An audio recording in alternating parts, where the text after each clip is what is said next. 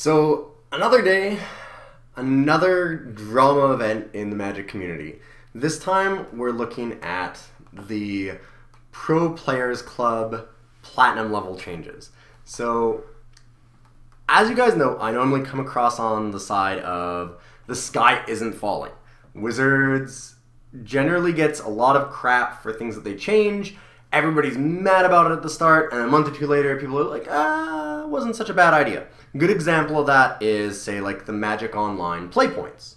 Everybody at the time thought that was terrible. I said, well, maybe we should just check it out, see what happens. I think it actually corrects the economy. A few people said that, and ultimately that's exactly what it did. Now nobody complains about the play points. The play points fixed the problem with the Magic Online economy. Booster packs are back up to $4 when they used to be like $1 a pack, which was terrible for the economy, a quarter of what they should be.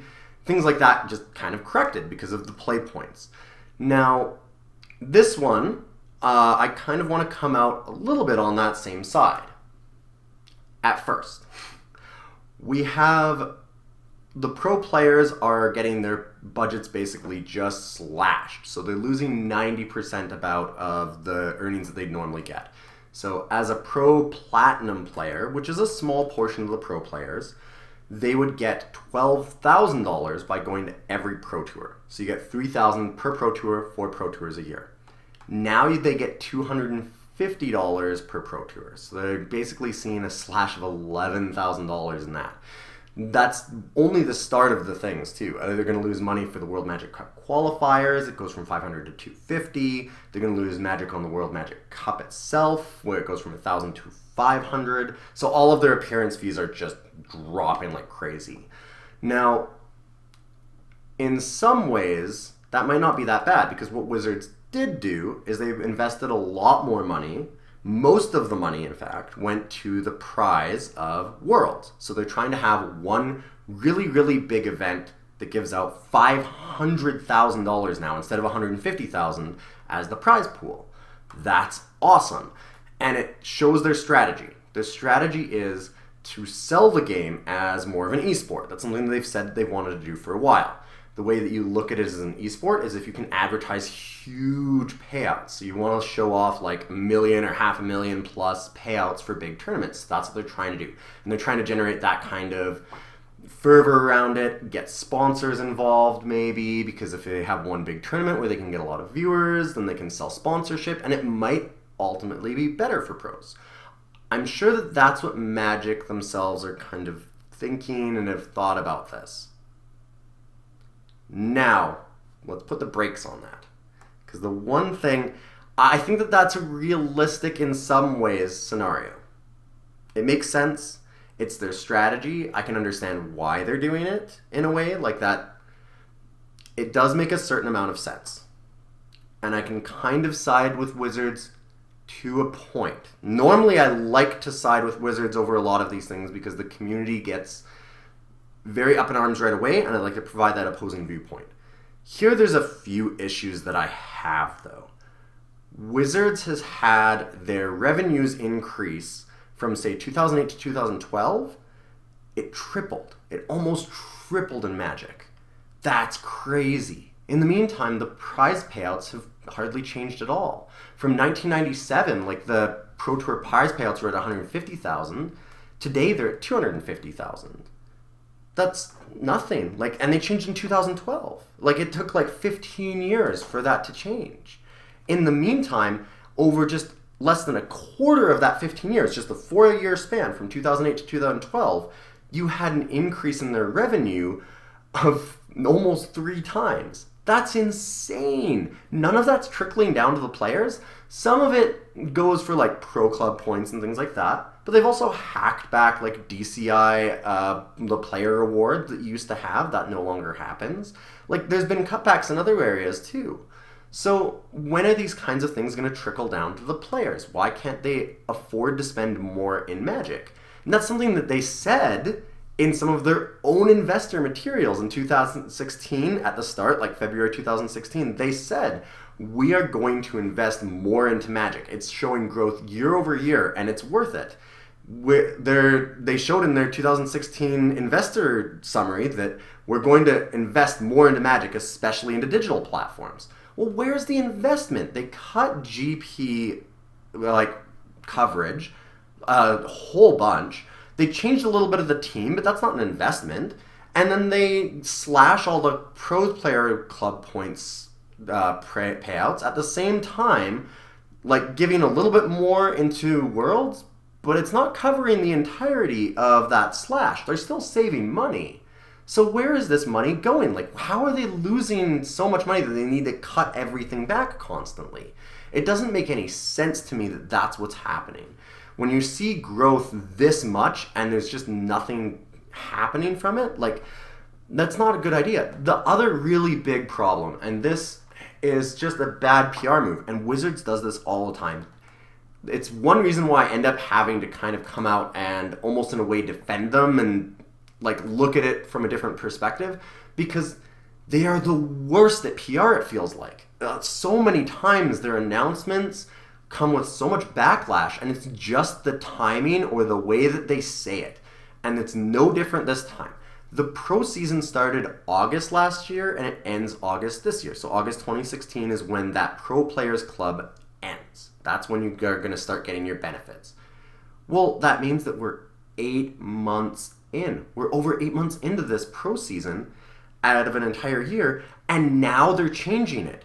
And not for like 2 years out, but for all the pros that have ground out trying to get to platinum for 8 months, they're looking at a 90% cut in their pay for next year. So you might have been a pro that's at gold level, just on the edge of platinum, spent thousands of dollars and hundreds of hours of your time practicing, going to GPs, going to pro tours, and now it's worthless.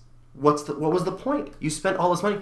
Well, that's just a horrible turn of events for those pros. So of course they're going to hate this change. Of course they're going to hate Wizards for doing this. Why wouldn't they? And then if all of the pros, all of the community voices that we like and listen to and we trust, all say this is a bad move, who's going to listen to WotC? Why would anybody listen to Wizards and think that that is a good change when all of the big end pros are against it? It looks terrible for them. If they had just announced it at the start of the season, or if they had said like this is going into effect not for next season but the season after, it would still have some negative impact, no question, but it wouldn't be nearly as bad as this. This is a bait and switch on WotC's part, and so is a really bad mistake. Ultimately, only time will tell what's happening with all of this, but it's just kind of mind-blowing that they can't increase the prize pool and still keep some money going to our pro players. These are the players that they just recently talked about changing their coverage to focus on, to talk about their stories, to get players focused and involved inside of the coverage, to be like, who's going to win? You know, so-and-so's had 3 Pro Tour chances this year and they've just missed out on all of them, but this time it looks like they've got the shot. They're going to have those kinds of stories. But now those pros don't want to show up because they've slashed all their funding. They've slashed the incentive of doing it. Like, it makes no sense. One hand they give this, and then on the other hand they take it away. And it just seems counterintuitive to their entire strategy. Normally I'd like to be on the side of Wizards. And I think in some ways this may still turn out to be a bit of a positive. But I don't understand why they can't make this change, like upping a prize pool, without slashing everything so drastically. I can't believe that a company that has seen this much of an increase, Battle for Zendikar last year in fall, was the best release they've ever had, straight from their mouths, right out of their investors' summaries. And they're cutting everything. It makes no sense. They say that they're going to invest, and then they slash. They should be giving out more money. If they can't afford to put $100,000 extra, like they don't need to go to $500,000. Let's say they just went from $150,000 to $250,000, or even, man, they could probably afford $350,000 on this multi-billion-dollar corporation to give the players one big tournament and advertise that, and still keep the pros involved and have everybody on their side and get tons of good press out of it.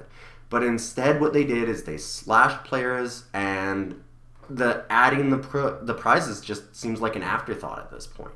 So just really poor PR overall. I hope it works out, but I see this as being a pretty hard thing for them to recover from, at least PR-wise, for a little while. Everything will eventually blow over, and we'll have to see if this will increase kind of a viewership and an interest in a large payout tournament. But there's a lot of other ways to go about it. If they couldn't raise the funds themselves, there's communities like Dota 2 that have their own fans sponsor the tournament in large portion. And they raised $18 million last year. I'm not saying that we could get a WotC tournament at that level. I don't think that we'd, as fans, be able to give $18 million in donations. But they could even open up something like that where there was some kind of incentive for a donation scheme or selling off some extra swag to get donations and raise money for a higher prize payout. I know as a streamer and as content producers, the Magic community is exceptionally invested and really, really loves this game and wants there to be an active, thriving Pro Tour with huge prizes and cool stories and great coverage. And we just don't get that. And I think that people would be willing to invest in it. People want it. They want it so bad. Just look, SCG gets 15,000 people watching their tournaments, and Wizards of the Coast on their last GP got 5,000. In the same weekend, they were competing with each other, and the side events, SCG is getting 3 times more the numbers. That's crazy to me. We want to see these events. There's thousands, tens of thousands of people that want to watch, that are invested in this.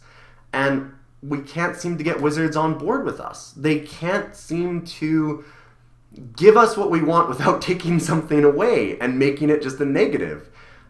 So hopefully we'll see things change and WotC will see the light. But in the meantime, I'd urge us to tell them that you don't appreciate the way that this is going. Let your voice be heard, but it's not the death of Magic. Magic has been getting growth year over year over year over year, despite some of the negative things that have happened. This will blow over a little bit. It's not going to kill the Pro Tour. There's still going to be lots of people that want to play it. There's still going to be a lot of casual players that are very interested in the game. It's certainly not the death knell by any means. But WotC needs to show us that they're invested in the Pro Tour at the same level that we as fans are. And I don't think that they get that, so we need to let them know. I think a lot of you already are. But I'll sign off. This is my bonus video for the week, so thanks for stopping by, guys. I just had to get that off my chest. There we go. The effect went on the stack. All right. But then it shuffled his graveyard. Yes, that's so good. No, the cards that are in my graveyard are not in my deck. They're from his deck. But the Emrakul is still in my graveyard. Aces.